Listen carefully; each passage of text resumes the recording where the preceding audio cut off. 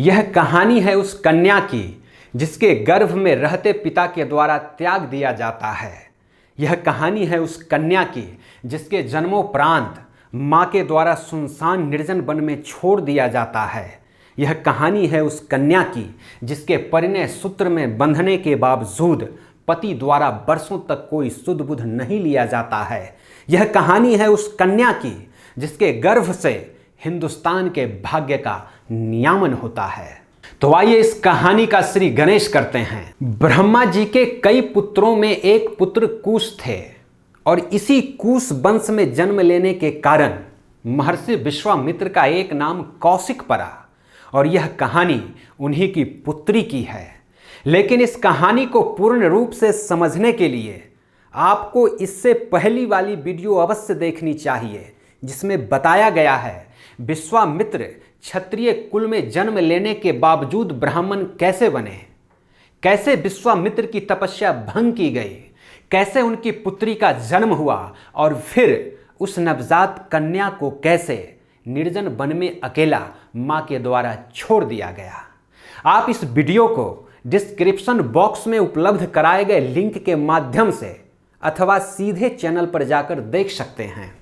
तो आइए उससे आगे की कहानी की शुरुआत करते हैं। मालिनी नदी के तट पर मेनका द्वारा परित्यक्त कन्या को जब शकुंत नामक पक्षियों द्वारा देखा गया तब शकुंत पक्षियों ने उस नवजात शिशु को पंखों से ढक दिया ताकि कच्चे मांस खाने वाले गिद्ध आदि जीव वन में उस कन्या की हिंसा न कर सके।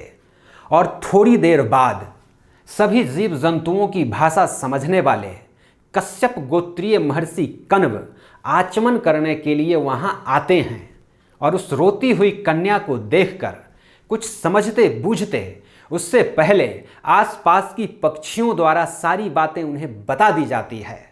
और यह सब जानकर कण्व ऋषि द्वारा उस कन्या का पिता बनना तय किया जाता है। शास्त्रों में 4 प्रकार के पिता का वर्णन मिलता है। पहला पिता वे हैं जो गर्भाधान के द्वारा शरीर का निर्माण करते हैं। दूसरा पिता वे हैं जो अभयदान देकर प्राणों की रक्षा करते हैं। तीसरा पिता वे हैं जिनका अन्न ग्रहण करके जीवन को आकार दिया जाता है। और चौथा पिता वे हैं जो अंधकार से प्रकाश की ओर ले जाते हैं अर्थात गुरु। चूंकि निर्जन वन में शकुंत नामक पक्षियों ने इस बच्ची की सुरक्षा की थी इसलिए महर्षि कण्व ने इस कन्या का नाम शकुंतला रखा। और वह कन्या महर्षि कण्व के आश्रम में ही अन्य बच्चों के साथ पलने बढ़ने लगी। और जब वह यौवन की दहलीज पर कदम रखी तो एक दिन उसकी मुलाकात पुरु वंश के राजा दुष्यंत, जिन्हें कौरवों और पांडवों का पूर्वज कहा जाता है, से होती है। कहा जाता है दुष्यंत शक्ति में भगवान विष्णु और तेज में सूर्य देव के समान थे। पराई स्त्रियों को घूरना उनके न तो स्वभाव में था और न ही उनके सील में।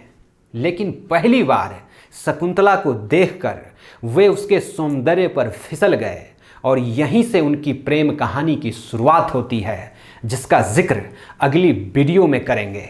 फिलहाल यदि आपने चैनल को सब्सक्राइब नहीं किया है तो चैनल को सब्सक्राइब कर लीजिए, बेल नोटिफिकेशन को दबा लीजिए ताकि हमारी संस्कृति से जुड़ी हर कहानी सबसे पहले आप तक पहुंच सके।